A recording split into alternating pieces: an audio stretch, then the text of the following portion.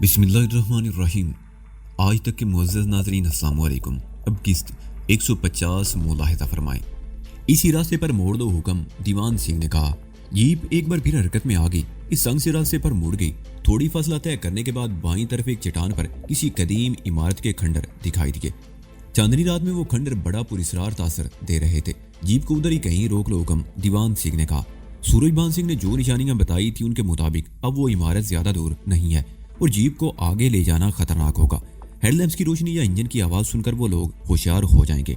दीवान सिंह ने अकलमंदी की बात की थी। ठाकुर बारू जीप की रफ्तार मजीद कम कर दी और मुतजस्सिस नजरों से इधर उधर देखने लगा और फिर उसने जीप बाईं तरफ एक और रास्ते पर मोड़ दी जो कदावर झाड़ियों से अटा पड़ा था। चंद गज आगे ले जाकर ठाकुर ने जीप रोक ली और इंजन बंद कर दिया। हम जीप से उतरकर उस रास्ते पर मुड़ गए और चंद गज का फासला तय करके एक पहाड़ी पर चढ़ने लगे। संग सा रास्ता बहुत ही मुश्किल था। तकरीबन 100 फुट की बुलंदी तक अमूदी चढ़ान चढ़ते हुए जानकी बुरी तरह थक गई थी। आगे चढ़ान एक मैदान की तरह दूर तक निकली हुई थी और तकरीबन 200 गज आगे इमारत का वो हेवला दिखाई दे रहा था। इस इमारत की किसी खिड़की से जर्द रोशनी झलक रही थी। उस इमारत तक पहुंचने का रास्ता दूसरी तरफ चट्टान से था, जबकि हम शॉर्टकट करके आए थे। इन खाकसरी पहाड़ियों पर ऊंचे दरख्त नहीं थे। कई कदावर किसी किस्म के कांटेदार पौधे थे और झाड़ियां बकसरत थी जो पानी ना मिलने की वजह से सूखी हुई थी। चंद गज आगे बढ़कर हम रुक गए। कुछ देर उस इमारत का जायजा लेते रहे, फिर 3 हिस्सों में बंट गए। दीवान सिंह को वहीं रोक दिया गया। ठाकुर बानू सिंह दाईं तरफ और मैं और जानकी बाईं तरफ से इमारत की तरफ बढ़ने लगे। चांदनी में ये इमारत खासी पुरस्कार लग रही थी। इमारत के गिर यकीनन ऊंची 4 दीवारी भी रही होगी। हवादिस से जमाना ने उसे जमीन बोस कर दिया था। अलबत्ता अब भी कहीं कहीं उस 4 दीवारी के आसार नजर आ रहे थे। कहीं कहीं ये दीवार 5-6 फुट लंबी और 2-2.5 फुट तक ऊंची भी थी। मैं जानकी के साथ संभल कर चलता हुआ काफी आगे निकल आया था और टूटी हुई दीवार की आड़ में बैठकर इमारत की तरफ देखने लगा। सामने के रुख से ये इमारत हवेली की तरह लगती थी और इसके कई हिस्से शिकस्ता थे। इस तरफ भी एक कमरे की खिड़की से जर्द और मदम सी रोशनी नजर आ रही थी और फिर मैं एक आदमी को उस कमरे में एक तरफ से दूसरी तरफ जाते हुए देखकर चौंक गया। वो तेज सिंह नहीं था। मुझे सूरज बान सिंह की बात याद आ गई। उसने बताया कि लाला रंजीत नाम के एक बदमाश भी तेज सिंह के साथ था और वो शहर से किसी डॉक्टर को भी लेकर आया हुआ था। हो सकता है वो उन दोनों में से कोई हो। मैं जरा सा ऊपर उछक कर इधर उधर देखने लगा। हवेली के मरकजी दरवाजे के सामने किसी जमाने में पहुंच भी रहा होगा, लेकिन अब वो गायब हो चुका था। अलबत्ता थोड़े थोड़े फासले पर 2 सतून नजर आ रहे थे। एक सतून आधे के करीब टूट चुका था। सामने काफी वसी मैदान था जहां तकरीबन बस में 4-5 दरख्तों का एक झुंड दिखाई दे रहा था और उस झुंड के नीचे 2 गाड़ियां भी नजर आ रही थी। एक तो जीप थी और दूसरी कार। जानकी, तुम यहीं रुको, मैं अंदर जा रहा हूँ। मैंने जानकी की तरफ देखते हुए सरगोशी की और दीवार की आड़ से निकलकर झुकता हुआ आहिस्ता आहिस्ता आगे बढ़ने लगा। हवेली के करीब पहुंचकर मैं दीवार के साथ चिपक गया और मरकजी दरवाजे की तरफ सिरकता रहा। रोशन खिड़की के सामने से गुजरते हुए मैंने अंदर झांका। कमरा खाली था। फर्श पर एक पेट्रोमैक्स रखा हुआ था जिसकी रोशनी कमरे में फैली हुई थी। दाईं तरफ अंदर की जानिब एक दरवाजा दिखाई दिया जो खुला हुआ था। मैं खिड़की से आगे बढ़ गया। हवेली के मरकजी दरवाजे में दाखिल होकर मैं दाईं तरफ मुड़ गया। ये मेहराबी दरवाजा बहुत ऊंचा था, मगर इसमें चौखट और पट नहीं थे। सिर्फ एक रास्ता सा रह गया था। मैं भी चंद कदम ही आगे बढ़ा था कि एक आहट सुनकर मैं तेजी से बाईं तरफ एक और दरवाजे में घुस गया और दबे कदमों आगे बढ़ता रहा। उस कमरे में गहरी तारीकी थी। मैं दीवार का सहारा लेकर आगे बढ़ता गया। मैं मुख्तलिफ कमरों से गुजरता हुआ एक ऐसे कमरे में पहुंच गया जहां सामने वाली दीवार में एक छोटी सी खिड़की में से रोशनी नजर आ रही थी। मैं दबे कदमों चलता हुआ खिड़की के करीब पहुंच गया और झांक कर दूसरी तरफ देखने लगा और उसके साथ ही मुझे चौंक जाना पड़ा। दूसरा कमरा बहुत वसी और अरीज था। इस कमरे में भी कहीं पेट्रोमैक्स जल रहा था जिसकी रोशनी कमरे में भरी हुई थी। सामने वाली दीवार के साथ फर्श पर बिस्तर बिछे हुए थे। एक तरफ पानी का मटका भी रखा हुआ था जिसके ढकने पर गिलास ऊंधा पड़ा हुआ था। एक बिस्तर पर धर्मेश पड़ा हुआ था। उसके बरना सीने पर पट्टी बंधी हुई थी जो खून से तर थी। धर्मेश एड़ियां रगड़ रहा था और उसके चेहरे पर बेपनाह करब और अजियत के तासरात थे। तेज सिंह उसके करीब बैठा हुआ था। उसने धर्मेश का एक हाथ पकड़ रखा था। दूसरी तरफ पैंट शर्ट वाला एक आदमी बैठा हुआ था। उसके हाथ में स्टेथोस्कोप था। वो बार बार धर्मेश के दिल की धड़कनें चेक कर रहा था। एक हट्टा कट्टा आदमी दरवाजे के करीब खड़ा था। वो लाला रंजीत था। इसे बचा लो डॉक्टर, मेरे मुन्ना को बचा लो, तेज सिंह ने चीख कर कहा। अगर ये मर गया तो मैं तुम्हें भी जिंदा नहीं छोड़ूंगा। डॉक्टर का चेहरा धुआं हो गया। उसने करीब पड़े हुए एक बैग में से सुरंज निकाली और इंजेक्शन तैयार करने लगा। इसी दौरान में धर्मेश बुरी तरह तड़पने लगा। तेज सिंह उसे काबू में करने की कोशिश कर रहा था, लेकिन वो किसी भी तरह काबू में नहीं आ रहा था और फिर धर्मेश का जिस्म तख्ते की तरह अकड़ गया। उसने 2-3 झटके लिए और फिर उसका जिस्म एकदम ढीला पड़ गया। उसकी गर्दन एक तरफ को ढुलक गई और वो बेइसो हरकत हो गया। मुन्ना, होश में आ मुन्ना, तेज सिंह चीखा। डॉक्टर ने सुरेंज एक तरफ रख दी और स्टेथोस्कोप से उसके दिल की धड़कनें चेक करने लगा। उसकी नब्ज चेक की। डॉक्टर ने सिरिंज एक तरफ रख दी और स्टेथोस्कोप से उसकी दिल की धड़कनें चेक करने लगा। उसकी नब्ज चेक की, गले की एक नस पर उंगली रखकर देखी और फिर मायूसी से सारी लाता हुआ उठकर खड़ा हो गया। अब हम में से कोई इसकी मदद नहीं कर सकता, उसने गहरा सांस लेते हुए कहा। यह हम में से बहुत दूर जा चुका है। नहीं, मेरा मुन्ना नहीं मर सकता, तेज सिंह चीखा। उसने दरवेश को कंधों से पकड़कर झुंझोड़ डाला। होश में आ मुन्ना, आंखें खोल, तू बोलता क्यों नहीं मुन्ना? मरने वाले बोला नहीं करते तेज सिंह, मैंने पिस्तौल वाला हाथ खिड़की में रखते हुए कहा। तेज सिंह एकदम खड़ा हो गया। उसने बड़ी फुर्ती से खड़े होकर अपनी जेब की तरफ हाथ बढ़ाया था, लेकिन मेरी घुर्राहट सुनकर उसका हाथ वहीं रुक गया। नहीं तेज सिंह, तुम कोई हरकत नहीं करोगे, मैंने कहा। इस हवेली को चारों तरफ से घेरा जा चुका है, बेहतर है अपने आप को मेरे हवाले कर दो। तुम्हारी मौत ही तुम्हें यहाँ खींच लाई है कुत्ते। तेज सिंह ने दांत कुचकुचाए। मेरा मुन्ना मर गया, तू भी बचकर नहीं जा सकेगा। मैं कोई जवाब देना चाहता था, लेकिन अपने अकब में हल्की सी आहट सुनकर चौंक गया। मैं तेजी से पीछे मुड़ा, लेकिन मुझे देर हो चुकी थी। मेरे दाएं कंधे पर लगने वाली जरब बड़ी जोरदार थी। मैं बेइख्तियार खड़ा उठा। पिस्तौल भी मेरे हाथ से निकलकर खिड़की के दूसरी तरफ गिर गया। मैं तेजी से मुड़ा। एक और जरब मेरे उसी कंधे पर सामने की तरफ से लगी। मुझे यूं लगा जैसे हड्डी क्रैक हो गई हो। जरब बहुत शदीद थी। इस कमरे में तारीकी की वजह से मुझे कुछ नजर नहीं आ रहा था, और फिर मैं उस अचानक हमले से बदहवास भी हो गया था। दूसरी तरफ लगने के बाद मैंने अपने आप को संभाल लिया। खिड़की से आने वाली मध्यम सी रोशनी में मुझे वो इंसानी हेवला दिखाई दे गया, जो एक बार फिर मुझ पर हमला करने के लिए पर तोल रहा था। उसके हाथ में तकरीबन 2 फुट लंबा सरिया था, और उस सरिये से उसने मेरे कंधे पर जरबें लगाई थी, और अब तीसरी बार हमला करने के लिए उसने हाथ ऊपर उठाया था। मैंने उसका ये वार हाथ पर रोका और सरिये पर गिरफ्त जमा कर इस तरह जोरदार झटका दिया कि वो शख्स लड़खड़ा कर आगे आ गया। उसका सर दीवार से टकराया। वो करा उठा, लेकिन फौरन ही संभल कर सीधा हो गया। सरिये पर उसकी गिरफ्त अब भी कायम थी। मैंने उसे एक और झटका दिया, लेकिन वो अपनी जगह पर कायम रहा। उसका कद 6 फुट से निकलता हुआ था, जिस्म भी कदरे भारी भरकम था। मैंने अंदाजा लगा लिया कि उसमें गैंडे की सी ताकत भरी हुई थी। एक लम्हे को उसका चेहरा खिड़की की रोशनी में आया। पहले तो मैं यही समझा कि वो लाला रंजीत था, जो दूसरे कमरे से निकलकर खामोशी से इस तरफ आ गया था, लेकिन वो लाला रंजीत नहीं, कोई और था। मैंने एक बार फिर झटका देकर उसे उस जगह से हिलाने की कोशिश की, मगर कामयाब नहीं हो सका। वो सतून की तरह अपनी जगह खड़ा रहा। मैंने खड़े खड़े उछल कर उसके पैरों पर राइट किक लगाई, लेकिन लगता था उस पर इस किक का कोई असर नहीं हुआ था। या तो उसका जिस्म ही पत्थर की तरह सख्त था, या फिर मेरी किक जोरदार नहीं थी। वह एक बार फिर अपनी जगह से उछला। दूसरी किक कुछ कारआमद साबित हुई। वो अपनी जगह से हिल गया। उसके साथ ही उसके मुंह से करासी खारिज हुई। लोहे का सरिया अब भी हम दोनों के बीच में 2-2.5 फुट के फासले का बायस बना हुआ था। सरिये पर हम दोनों की गिरफ्त थी। मैंने आगे की तरफ जोरदार झटका देकर सरिये से गिरफ्त हटा ली। वो अपनी ही झोंक में आगे आ गया। इस मर्तबा मैंने पहले से ज्यादा फुर्ती का मुजाहरा करते हुए एक और जोरदार किक उसे लगा दी। वो लड़खड़ाकर पैरों के बल गिरा, लेकिन उसने उठते ही सरिये को दोनों हाथों में पकड़कर हमला कर दिया। मैंने एक तरफ को झुककर अपने आप को बचा लिया। उसने दूसरी मर्तबा हमला किया। मैं इस मर्तबा भी अपने आप को बचा गया, लेकिन तीसरी मर्तबा कामयाब नहीं हो सका। सरिये का वार मेरे कूल्हे पर लगा, जिसे मैं बर्दाश्त कर गया। अगर ये वार किसी और जगह पर पड़ता तो शायद हड्डी टूट चुकी होती। मैं लड़खड़ाकर सामने वाली दीवार से टकराया, और उसके साथ ही लाशऊरी तौर पर मैंने एक और हरबा इस्तेमाल करने का फैसला कर लिया। मैंने दोनों हाथ दीवार पर टिकाकर अपने आप को पीछे धकेला, और उसके साथ ही हवा में उछलकर फ्लाइंग किक लगाई। किक उसके थोबड़े पर पड़ी। वो चीखता हुआ लड़खड़ाकर पीछे हटा। सरिया तो उसके हाथ से छूटकर गिर गया, लेकिन वो नहीं गिरा। मैंने फौरन इसके सीने पर दूसरी फ्लाइंग किक लगाई। इस मर्तबा वो चीखता हुआ ढेर हो गया। मैंने एक लम्हा जाया किए बगैर उस पर छलांग लगा दी और उसे फर्श पर रगीदने लगा। इधर हमारा ये हंगामा जारी था, और उधर दूसरे कमरे से तेज सिंह के चीखने की आवाजें सुनाई दे रही थी। मार दो इस साले हरामी को, वो चीख चीख कर कह रहा था। इसकी वजह से मेरा मुन्ना मारा गया, टुकड़े कर दो इसके। मुझे गर्दन घुमाकर देखने का मौका मिल गया। वो खिड़की में खड़ा था। उसका चेहरा बहुत भयानक हो रहा था। खिड़की के रास्ते कमरे में आने वाली रोशनी से कमरे में अब मध्यम सा उजाला हो रहा था। पिछले दरवाजे से आहट पाकर मैंने पीछे मुड़कर देखा। उसके साथ ही मेरा दिल उछलकर हल्क में आ गया। वो लाला रंजीत था, जो खंजर ताने हमला करने के लिए मेरी तरफ लपक रहा था।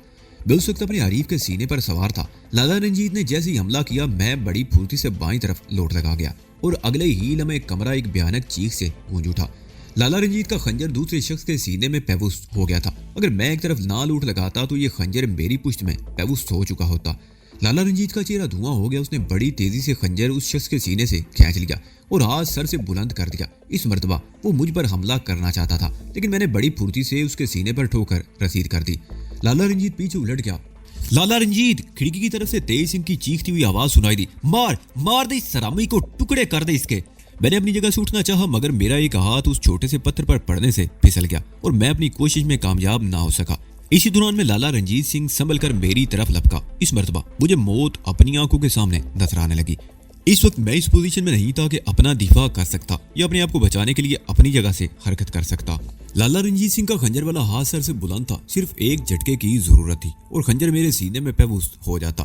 और फिर उसके हाथ को झटका तो लगा, लेकिन इस तरह नहीं जैसा मैं सोच रहा था। फायर की आवाज से कमरा गूंज उठा। दरवाजे की तरफ से चलाई जाने वाली गोली लाला रंजीत के खंजर वाले बाजू की कूनी पर लगी। खंजर उसके हाथ से छूटकर मेरे करीब गिरा और वो चीखता हुआ पीछे उलट गया। मैंने दरवाजे की तरफ देखा, वो ठाकुर बानू सिंह था और फिर उसी लम्हे खिड़की में खड़े हुए तेज सिंह ने भी फायर कर दिया। ठाकुर नीचे गिरा और उसके साथ ही उसने खिड़की की तरफ फायर कर दिया। मैंने गर्दन घुमाकर खिड़की की तरफ देखा, तेज सिंह गायब हो चुका था और हवेली में किसी के दौड़ते हुए कदमों की आवाजें सुनाई दे रही थी। मैं जल्दी से उठकर खड़ा हो गया। लाला रंजीत अपने जख्मी बाजू को दूसरे हाथ से पकड़े हुए दरवाजे की तरफ बढ़ रहा था। मैंने लपक कर उसे पकड़ लिया और लातों और गूंसों से उसकी तवाज़े करने लगा। उसी वक्त हवेली के बाहर किसी जगह फायरिंग शुरू होगी। ठाकुर, तुम इसे संभालो, मैं बाहर देखता हूँ। मैंने लाला रंजीत को एक आखिरी जोरदार ठोकर लगाई और बाहर की तरफ दौड़ा। फायरिंग की आवाज हवेली के सामने की तरफ से आ रही थी और फिर किसी गाड़ी का इंजन स्टार्ट होने की आवाज सुनाई दी और उसके फौरन बाद एक जोरदार धमाका हुआ। गालबन गाड़ी का टायर फटा था। मैं हवेली के खंडनुमा दरवाजे से बाहर निकला तो एक जीप बड़ी तेजी से मुखालिफ समत में दौड़ती हुई नजर आई और एक एवला दूसरी कार के करीब से झाड़ियों की तरफ दौड़ता हुआ नजर आया। मैं उस तरफ दौड़ता चला गया।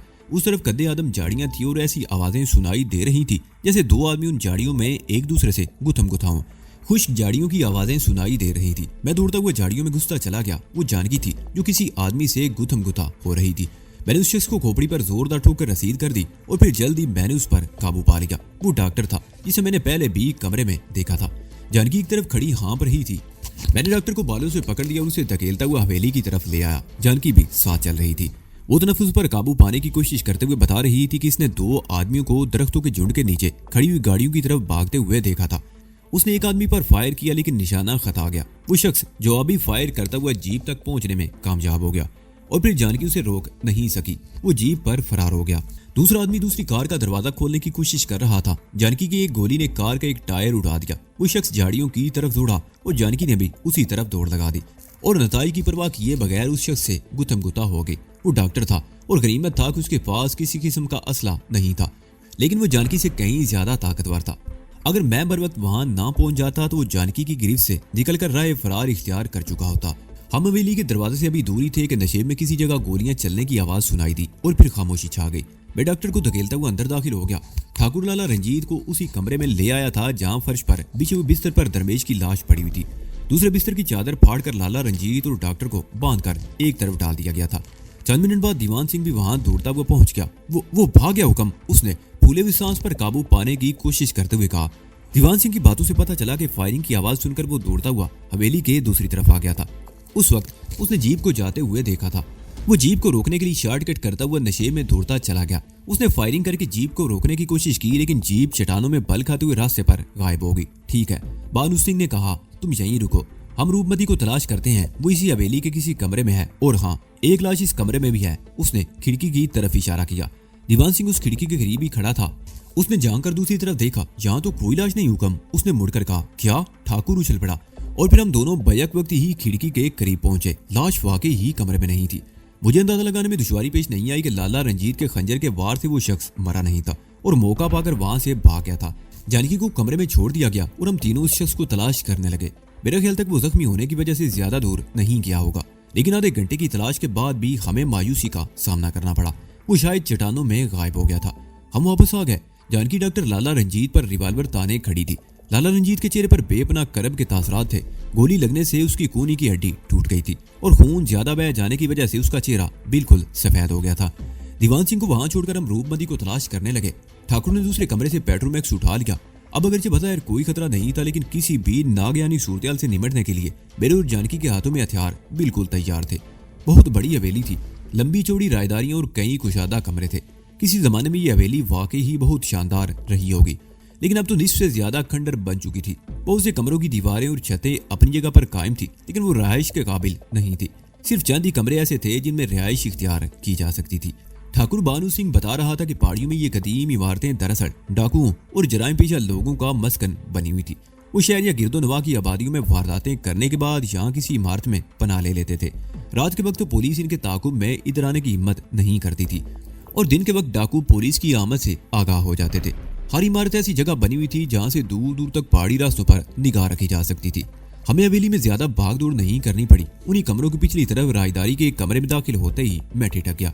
ठाकुर मुझसे पहले अंदर दाखिल हुआ। उसने हाथ में लटका हुआ पेट्रोमैक्स जरा आगे किया तो उसकी रोशनी में मुझे कमरे के कोने में गठरी सी नजर आ गई और मैं दौड़कर उसके करीब पहुंच गया। वो रूपमती थी। उसके जिस्म पर गुलाबी रंग की नाइटी तार तार हो चुकी थी, जिसका मतलब था कि हवेली में या यहाँ आकर उसने काफी मुजाहमत की होगी, जिसके नतीजे में उसका शबे ख्वाबी का ये बारीक लिबास फट गया था। वो गठरी की तरह मुड़ी तुड़ी सी पड़ी हुई थी। उसके पैर और हाथ भी पुश्त पर बंधे हुए थे और मुंह में भी कपड़ा ठोंस कर पट्टी बांधी गई थी ताकि वो कपड़ा मुंह से ना निकाल सके। वो होश में ही थी। उसके चेहरे पर दहशत और आंखों में बेपनाह वहशत थी। हमें कमरे में दाखिल होते देखकर उसकी आंखें किसी अनजाने से खौफ से फैल गई, लेकिन जब हम 2 कदम आगे बढ़े और मैं दौड़कर उसके करीब पहुंच गया तो हमारे चेहरे पहचान कर उसके चेहरे पर तनाव और खौफ के तासरात बतदरीज कम होते चले गए। मैं घुटनों के बल उसके करीब बैठ गया। सबसे पहले उसके मुंह पर बंधी हुई पट्टी खोली और फिर मुंह में ठुंसा हुआ कपड़ा निकाल दिया। उसके मुंह से निकलने वाले सांस ऐसे था जैसे गुब्बारे से हवा निकल गई हो। वो गहरे गहरे सांस लेने लगी। मैं उसकी पुश्त पर बंधे हुए हाथ खोलने लगा। जानकी भी दौड़कर मेरे करीब आ गई। उसने सहारा देकर रूपमती को उठाया।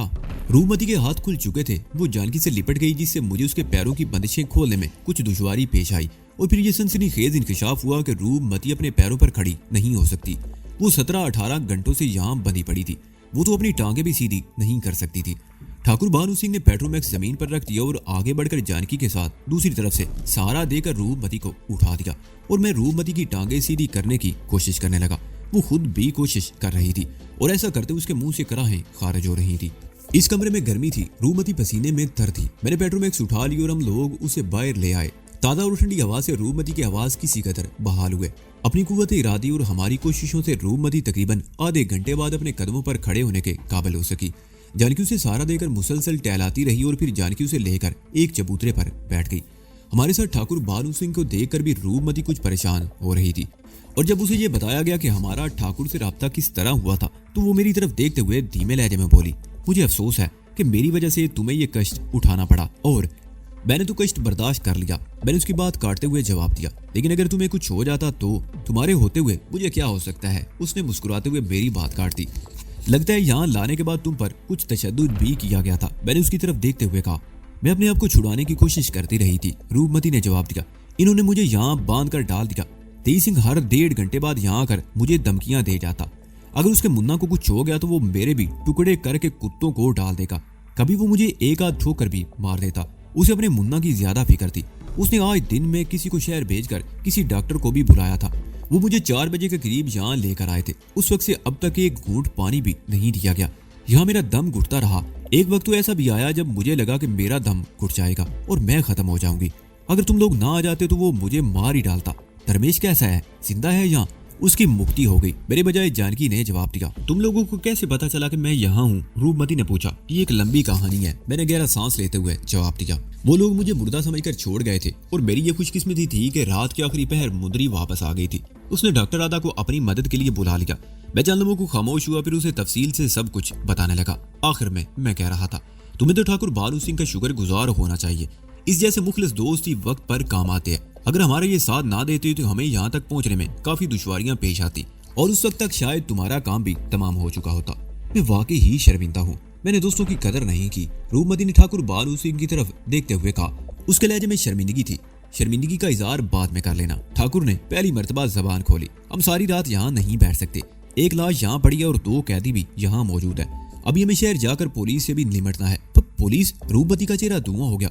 घबराने की जरूरत नहीं, ठाकुर ने कहा। वो लोग जबरदस्ती तुम्हारे घर में घुसे थे और तुमने अपने दिफा में गोली चलाई थी और फिर धर्मेश की लाश तुम्हारी हवेली में दरियाफ्त नहीं हुई। वो मीलों दूर यहाँ आकर मरा है। तुमने कानून को हाथ में नहीं लिया था। वो डॉक्टर भी इस बात का गवाह है कि उसने धर्मेश को यहाँ जख्मी हालत में देखा था। उसके जख्म से गोली निकाली गई और उसका इलाज करने की भी कोशिश की गई थी, लेकिन वो मर गया। जुर्म उन्हीं पर साबित होता है।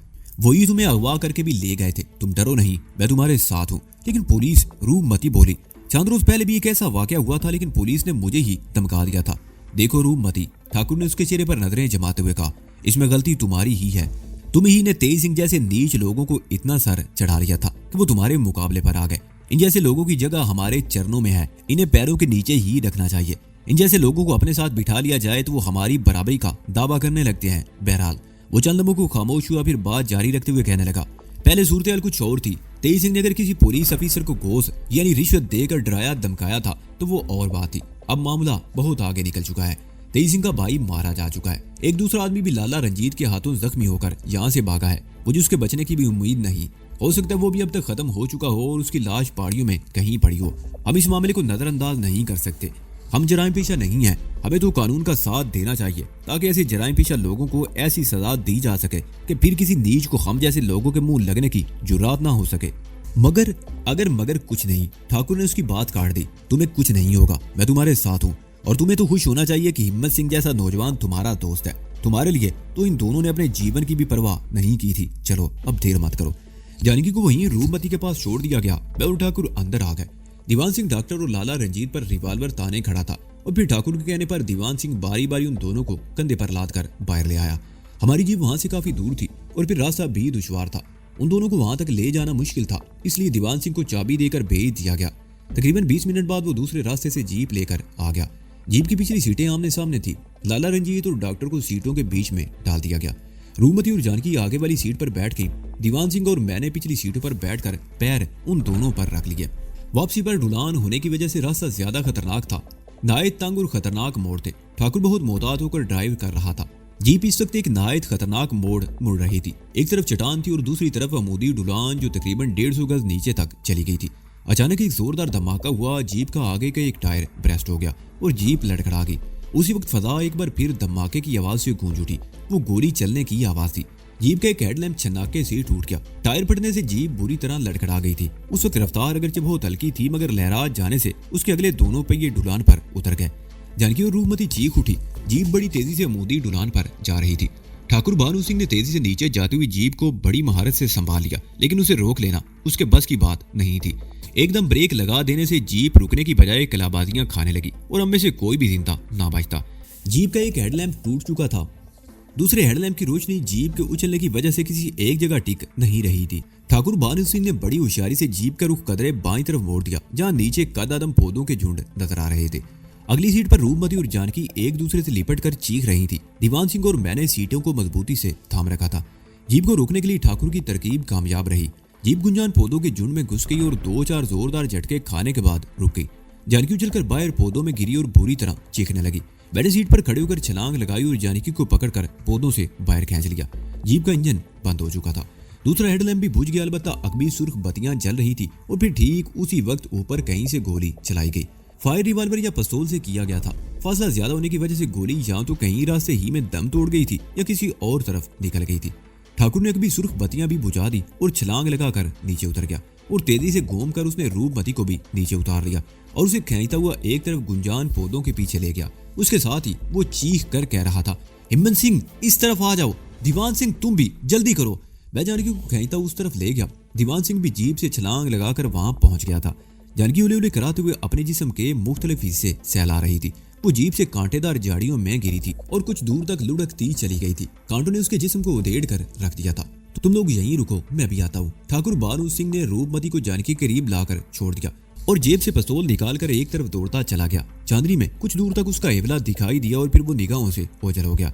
जीप के पिछले हिस्से में फर्श पर पड़े हुए लाला रंजीत और डॉक्टर बुरी तरह चीख रहे थे। उनके हाथ पैर बंधे हुए थे और ज़ाहिर जीप को झटके लगने से उन्हें भी चोटें लगी होंगी।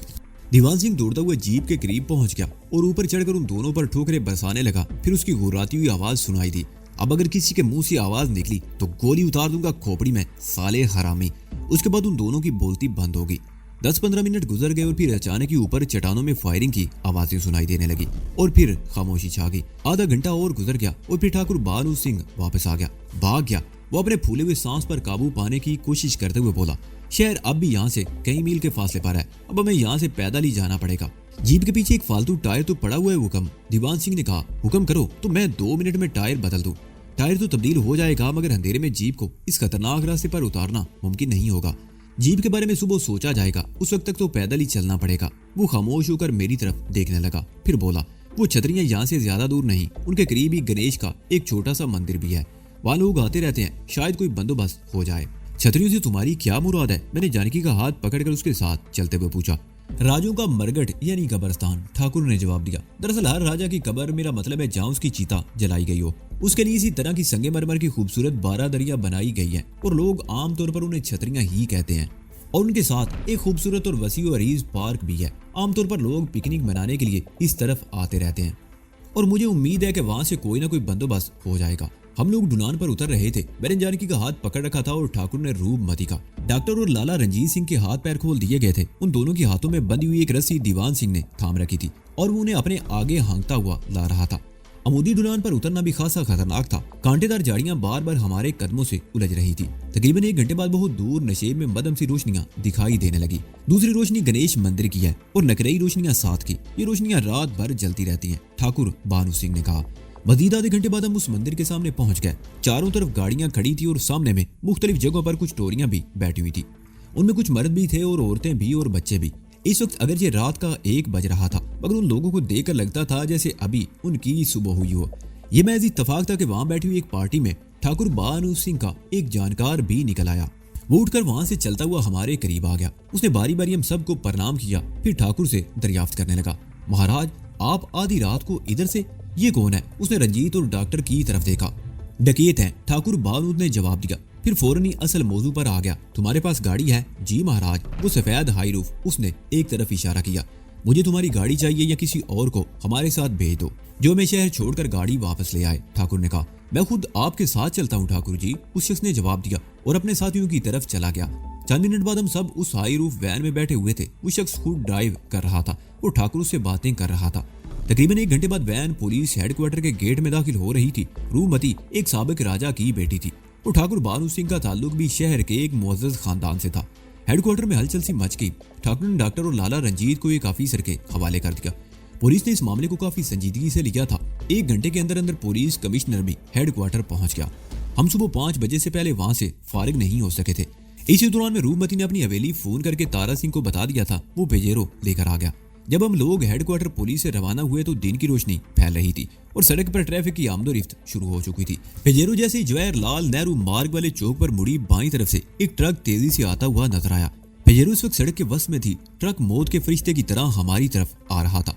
फासला बहुत कम रह गया था। मैं फ्रंट सीट पर बैठा हुआ था। ट्रक के स्टीयरिंग पर तेज सिंह को बैठे देखकर मेरा दिल उछलकर हल्क में आ गया। उसके चेहरे पर बेपनाह करख्तगी थी। मैंने आंखें बंद कर ली। किसी भी वक्त धमाका हो सकता था। और फिर मुझे एक जोरदार झटका लगा। मैं अपनी जगह से उछलकर डैशबोर्ड से टकराया। मेरे मुंह से हल्की सी चीख निकल गई। रूपमती और जानकी भी बुरी तरह चीखी थी। पेजेरो मेंढक की तरह फुदक कर नहाए तेज रफ्तारी से आगे बढ़ी थी। मैंने संभलने की कोशिश करते हुए आंखें खोल दी। हमारी पेजेरो आगे निकल गई थी और ट्रक खौफनाक रफ्तार से चौक के वश की तरफ बढ़ रहा था। मैंने मुड़कर सामने देखा और मुझे एक बार फिर अपना दिल कनपटियों में धड़कता हुआ महसूस होने लगा। पेजेरो तेजी से फुटपाथ के किनारे पर लगे हुए पाइपों के जंगले की तरफ बढ़ रही थी और फिर पेजेरो वो जंगला तोड़ती हुई फुटपाथ पर चढ़कर सामने वाली दुकान से टकरा कर रुक गई। मैं एक बार फिर डैशबोर्ड से टकरा गया। पीछे सीटों से जानकी और रूपमती की चीखें एक बार फिर सुनाई दी। ये गनीमत था कि वो दुकान बंद थी और गाड़ी शटर से टकरा गई थी। शटर अंदर की तरफ दंस गया था। इससे पहले कि मैं समझ सकता एक जोरदार धमाका सुनाई दिया। मैंने मुड़कर देखा। वो तेज रफ्तार ट्रक चौराहे के वश में ट्रैफिक कांस्टेबल के लिए बने हुए चबूतरे और छतरी से टकरा कर उलट गया था। उस वक्त ट्रैफिक ज्यादा नहीं था। चांदी गाड़ियों की आमदोरफ्त थी। कुछ साइकिल सवार दिखाई दे रहे थे। ट्रैफिक रुक गया। कुछ लोग हमारी तरफ दौड़े और कुछ ट्रक की तरफ। हमें ज्यादा नुकसान नहीं पहुंचा था। रूपमती का सर अगली सीट से टकराया था जिससे उसकी पेशानी की खाल फट गई थी और हल्का सा खून रिसने लगा था। इसके सिवा किसी को चोट नहीं आई थी। मैं पेजेरो से उतर आया। उस वक्त कई लोगों ने पेजेरो को घेरे में ले लिया था। ठाकुर बानू सिंह ने रूपमती और जानकी को नीचे उतारा। दीवान सिंह भी नीचे उतरकर लोगों को इधर उधर हटा रहा था। चौराहे के बस में बहुत से लोग जमा हो चुके थे। मैं और ठाकुर भी उसी तरफ दौड़ पड़े और लोगों को हटा हटा कर आगे घुसते चले गए। वो मंजर बहुत ही रूह फरसा था। ट्रक स्टीयरिंग वाली साइड पर उल्टा था और तेज सिंह की लाश स्टीयरिंग और दरवाजे के बीच में फंसी हुई थी।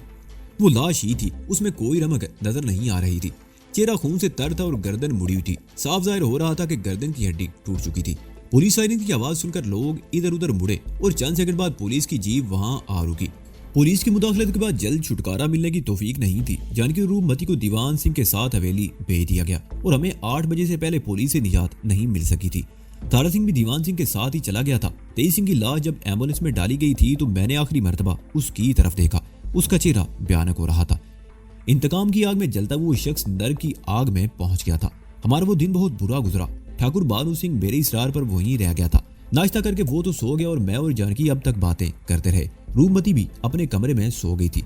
रात भर जागने और भाग दौड़ से मुझे थकन तो हो रही थी, लेकिन हैरत की बात यह थी कि आंखों से नींद कोसों दूर थी। कोशिश के बावजूद मैं आंखों को बंद नहीं कर सका था। और फिर उसी शाम मैं और जानकी पंडित मुरलीधर की तलाश में निकल खड़े हुए। मेरे जिस्म पर बेशुमार चोटें थी, कोई और होता तो वाकई कई रोज तक बिस्तर से न उठ सकता, लेकिन मैंने ची की कुव्वत से अपनी तकलीफ पर काबू पा रखा था। और इसके अलावा भी आराम से बैठे रहना मेरी फितरत में शामिल नहीं था। हमने गाड़ी अजमेरी गेट से जरा आगे एक इमारत के सामने छोड़ दी और चंद्रपुल बाजार में से होते हुए मंदिर वाली गली में दाखिल हो गए। कुशादा सीढ़ियां चढ़कर वसी बरामदे में दाखिल होकर मैं रुक गया। मैं सामने से आने वाले दो आदमियों को देख रहा था। उनमें एक तो पंडित मुरलीधर था और दूसरा मंदिर का पुरोहित। मैं अपनी जगह पर खड़ा पलक झपके बगैर उन दोनों की तरफ देख रहा था जो हमारी तरफ ही आ रहे थे। उन दोनों पंडितों और हमारे दरमियान फासला सिर्फ चंद गज का रह गया था। वो दोनों आपस में बातें करते हुए आ रहे थे। मैंने जानकी की तरफ इशारा किया और फिर बड़ी फुर्ती से एक स्टोन की आड़ में हो गया। जानकी को इस तरफ आने का मौका ना मिल सका। उसने वही तरीका अपनाया जो कबूतर बिल्ली को देखकर करता है, यानी उसने अपनी आंखें बंद कर ली और दोनों हाथ सामने को जोड़कर खड़ी हो गई। पंडित मुरलीधर और मंदिर के पुरोहित सर झुकाए बातें करते हुए आ रहे थे। शायद कोई बहुत ही गंभीर मसला जेरे बहस था। उनके अंदाज से ऐसे लगता था जैसे वो अपने अलावा किसी और की मौजूदगी से कतई बेखबर हो। हालांकि हकीकत ये थी कि मंदिर में हमारे और उनके अलावा और भी बहुत से लोग मौजूद थे। करीब से गुजरते हुए लोग दोनों हाथ जोड़कर उन्हें प्रणाम भी कर रहे थे, मगर उनकी तवज्जो किसी तरफ भी नहीं थी। और इसी निमाक की वजह से वो दोनों अपने सामने खड़ी हुई जानकी को भी नहीं देख सके थे और बेध्यानी में पंडित मुरलीधर जानकी से टकरा गया था। जानकी लड़खड़ा गई, लेकिन उसने ना तो आंखें खोली और ना ही अपने मुंह से हाथ अलग किए। वो उसी तरह खड़ी रही। ऐसा लग रहा था कि प्रार्थना करते हुए वो दुनिया व माफिया से बेखबर है। पंडित मुरलीधर भी उसे टकरा कर लड़खड़ा गया था, लेकिन वो फौरन ही संभल गया और रवायती अंदाज में दोनों हाथ जानकी की तरफ जोड़कर बोला, माफ करना देवी जी, मैं अपने ध्यान में था। फिर वो यकायक खामोश हो गया। उसके चेहरे पर एकदम तनाव सा पैदा हो गया। उसकी आंखों में सुर्खी कुछ और गहरी हो गई। वो खामोश नजरों से जानकी की तरफ देखने लगा जो अब भी हाथ जोड़े जेरे लब कुछ बड़बड़ा रही थी। वह एक सतून की आड़ में खड़ा उसी तरफ देख रहा था। पंडित मुरलीधर ने सिंगापुर में भी जानकी को देखा था, लेकिन उन दिनों वो टी शर्ट पहना करती थी, जबकि इस वक्त वो सुनहरी बॉर्डर वाली खूबसूरत और कीमती साड़ी पहने हुए थी। बाल भी बेहतरीन अंदाज में संवरे हुए थे। कानों में अवेजी और माथे में बिंदिया चमक रही थी और पैरों में जोगर्स की बजाय बड़े नाजुक और हल्के फुल्के सैंडल थे। वो उस जानकी से बिल्कुल मुख्तलिफ नजर आ रही थी जिसे पंडित मुरलीधर ने सिंगापुर में देखा था। इसी दौरान में एक और जोड़ा पुरोहित के करीब आकर रुक गया। उन दोनों की शायद नई नई शादी हुई थी। लड़की ने दुल्हन जैसा कीमती लिबास पहन रखा था। वो जेवरात से लदी फूंदी थी। उसकी रंगत अगरचे सांवली, मगर चेहरे के नकूश बड़े दिलफरेब थे। उसकी उम्र 20-21 साल के लगभग रही होगी। उसके साथ ही मर्द की उम्र 30 से ज्यादा नहीं थी। उसकी रंगत भी सांवली थी, लेकिन वो भी सेहतमंद और खूबसूरत जवान था। उसने धोती और कुर्ता पहन रखा था। गले में सोने की एक मोटी सी चैन भी थी। कल हमारा ब्याह हुआ है पंडित जी, वो शख्स पुरोहित के सामने हाथ जोड़ते हुए बोला। हम एक नई जिंदगी शुरू करने जा रहे हैं, आपकी आशीर्वाद लेने आए हैं। पुरोहित ने आशीर्वाद देने के लिए दोनों हाथ ऊपर उठा दिए। उन दोनों ने झुककर पुरोहित और पंडित मुरलीधर के चरणों को छुआ। सीधे होते हुए वो लड़की जानकी से टकरा गई और जानकी लड़खड़ाकर पंडित मुरलीधर से टकराई। पंडित मुरलीधर शायद इस उस्ताद के लिए तैयार नहीं था। वो लड़खड़ाकर नीचे गिरा तो जानकी भी उसके ऊपर ही गिरी।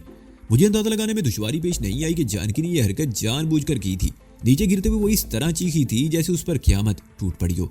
उसे संभलने की कोशिश करते हुए अपने नीचे दबे हुए पंडित मुरलीधर को 1-2 हाथ भी जड़ दिए। आसपास से गुजरते हुए लोग रुक गए। एक औरत ने जल्दी से आगे बढ़कर जानकी को सहारा देकर उठा दिया। जानकी अपनी साड़ी दुरुस्त करते हुए बड़बड़ा रही थी। 2 आदमियों ने पंडित मुरलीधर को भी सहारा देकर उठा दिया। वो खासा बदहवास हो रहा था। क्षमा चाहता हूँ देवी जी, वो जानकी के सामने हाथ जोड़ते हुए बोला। गलती मेरी नहीं थी, फिर भी मैं माफी मांगता हूँ। मर चाहे देवता के रूप में हो या पंडित के रूप में, अपनी गलती कभी नहीं मानता। जानकी के लहजे में नागवारी का तासुर नुमाया था। मैं यहाँ खड़ी भगवान से प्रार्थना कर रही थी तो तुम उस वक्त भी मुझसे टकराए थे। मर चाहे देवता का रूप भी धार ले तो उसका मन मैला ही रहता है। और वो माफ कर दो देवी जी, पंडित मुरलीधर बोला। उस वक्त मैं बेध्यानी में आपसे छू गया था और मैंने पहले ही कहा था कि मर्द अपनी गलती कभी नहीं मानता। जानकी ने उसकी बात काट दी। पंडित जी माफी मांग रहे हैं देवी जी, आप क्षमा कर दे। मैं इन्हें करीब खड़े हुए एक आदमी ने कहा। क्षमा कर दिया, जानकी ने उस शख्स की तरफ देखे बगैर जवाब दिया। वैसे पंडित जी से कह दो अपनी आंखें खुली रखा करें। मेरी आंखें तो नींद में भी खुली रहती हैं। वैसे लगता है मैंने आपको पहले भी कहीं देखा है। पंडित मुरलीधर जानकी के चेहरे पर नजरें जमाते हुए बोला। जरूर देखा होगा महाराज, जानकी ने जवाब दिया। हम अपने पति की तलाश में 2 साल से पूरे हिंदुस्तान के मंदिरों की यात्रा कर रहे हैं। कहीं हमारा आपका सामना हो गया होगा। पति की तलाश में मंदिरों की यात्रा। पंडित मुरलीधर ने उलझी हुई नजरों से उसे देखा। एक भगवान होता तो हम अपनी हवेली में चौकी पर बैठे बैठे प्रार्थना में 2 साल गुजार देते, जानकी ने जवाब दिया। पर हमारे तो कई भगवान है, लातादाद देवता हैं। हम इसलिए हिंदुस्तान भर के मंदिरों की यात्रा कर रहे हैं कि कोई भगवान तो हमारी सुनेगा। जानकी इस बात पर क्रोध की पेशानी पर बल पड़ गए, लेकिन उसने फौरन ही अपनी कैफियत पर काबू पा लिया और जानकी को आशीर्वाद देने के लिए हाथ उठा दिए। तेरा पति तुझे मिल जाएगा, अपना मन मैला मत करो। हम जानते हैं तुमने बहुत कष्ट उठाया है, पर अब तेरे मन की आशा पूरी होने वाली है। हम खास तौर पर भगवान से प्रार्थना करेंगे कि तेरा पति तुझे जल्दी मिल जाए। पर वो तुझ जैसी सुंदरी को छोड़कर क्यों चला गया? क्या बताऊं महाराज, जानकी गहरा सांस लेते हुए बोली। वो एक नाचने वाली के चक्कर में फंस गया था। वो शायद मुझे ज्यादा सुंदर थी, उसके साथ भाग गया और मुझे मंदिरों के चक्कर लगाने के लिए छोड़ गया। मिल जाएगा तेरा पति, प्रोत ने कहा। एक बार फिर आशीर्वाद के लिए हाथ उठाया और आगे बढ़ गया। पंडित मुरलीधर भी उसके साथ चल पड़ा था। वो मुड़ मुड़ कर जानकी की तरफ देख रहा था। उसकी आंखों में अब भी उलझन नुमाया थी।